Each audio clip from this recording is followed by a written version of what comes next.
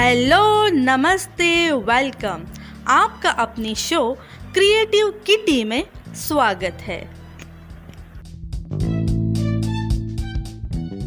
Friends, आज के इस एपिसोड में आप सभी का स्वागत है। आज के इस एपिसोड में और आने वाले एपिसोड्स में हम जानेंगे हिंदू धर्म के पौराणिक काल के 7 रहस्यमय लोगों के बारे में। तो चलिए एपिसोड को शुरू करते हैं। भारत चमत्कारों और रहस्यों से भरा देश है। भारत को देवभूमि कहे जाने के कई कारणों में से एक कारण यह भी है कि यहाँ का दर्शन, धर्म और अध्यात्म सत्य सनातन है। इसके कारण ही दुनिया के अन्य धर्मों की उत्पत्ति हुई। ऋग्वेद दुनिया का प्रथम ऐसा धर्म ग्रंथ है जिसमें दर्शन, अध्यात्म, विज्ञान, ज्योतिष, गणित, आयुर्वेद, कृषि, मौसम, समाज, राजनीति आदि अनेक विषयों की गंभीर जानकारी सम्मिलित है। भारत की सीमा हिमालय के कैलाश पर्वत से लेकर श्रीलंका तक और हिंदू कुश की पहाड़ी से लेकर अरुणाचल की पहाड़ियों तक फैली है। नीचे अरुणाचल की पहाड़ियों से लेकर बर्मा, थाईलैंड, इंडोनेशिया और मलेशिया आदि तक फैली है। इसी कारण में इसी भारत में कालांतर में पहले जनपद हुआ करते थे। अब राष्ट्र और भिन्न भिन्न धर्मों में यह क्षेत्र बट गया है। यह संपूर्ण क्षेत्र रहस्यमय, रोमांच, प्राचीन इतिहास और आध्यात्मिक ज्ञान से भरा हुआ है। आओ आज हम जानेंगे भारत के ऐसे 10 रहस्यमय व्यक्तियों के बारे में जिनमें से कुछ के बारे में आप शायद ही जानते होंगे। तो चलिए एपिसोड को शुरू करते हैं। आप सोच रहे होंगे कि हम बताने वाले हैं हनुमान जी, अश्वत्थामा, बलि, व्यास, हनुमान, विभीषण, कृपाचार्य और भगवान परशुराम और ऋषि मार्कंडेय के बारे में बताने वाले हैं। पर मैं आपको बता दूं, हम ऐसे किसी के बारे में बात नहीं करने वाले। हम बात करने वाले हैं जो कि आज भी जीवित है इस दुनिया में। जी हाँ, हम जो ऐसे रहस्यमय लोगों के बारे में बताने वाले हैं जिन्होंने विश्व की कई सभ्यताओं को प्रभावित किया है। रहस्यमय लोगों की बातों में सबसे पहले हम बात करेंगे जामवंत की।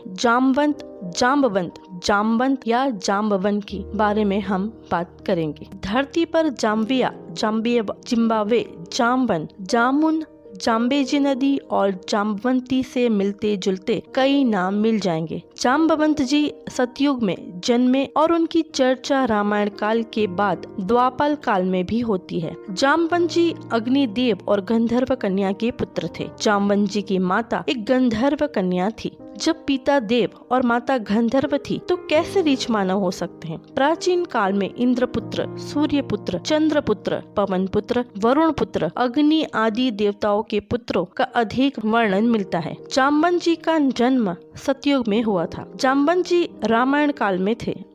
उन्होंने ही हनुमान जी को उनकी खोई हुई शक्ति का स्मरण करवाया था। आश्चर्य कि वे लगभग 2500 वर्ष बाद हुए महाभारत के काल में भी मौजूद थे, जबकि वे अपनी पुत्री जाम्बवंती का विवाह भगवान श्री कृष्ण से करते हैं। महाभारत में जाम्बवंत भगवान श्री कृष्ण के साथ युद्ध करते हैं तथा यह पता पड़ने पर कि वो एक विष्णु अवतार है, अपनी बेटी जाम्बवती का विवाह श्री कृष्ण के साथ कर देते हैं। जाम्बवंत जी को रहस्यमय व्यक्ति इसलिए कहा जाता है क्योंकि यह सभी जानते हैं कि वे एक रिच मानव थे। अब यह शोध का विषय हो सकता है कि वे मानव जैसे रिच थे या रिच जैसे मानव। वह कैसे इतने वर्षों तक जीवित रहे और महाभारत काल में उनकी पुत्री जाम्बवंती कैसी थी? क्या वह भी रिच मानव थी? एक दूसरी मान्यता के अनुसार भगवान ब्रह्मा ने एक ऐसा रिच मानव बनाया था जो 2 पैरों से चल सकता था और जो मानवों से संवाद कर सकता था। पुराणों के अनुसार वानर और मानवों की तुलना में अधिक विकसित रीछ जाति का उल्लेख मिलता है। वानर और किपुरुष के बीच की यह जनजाति अधिक विकसित थी।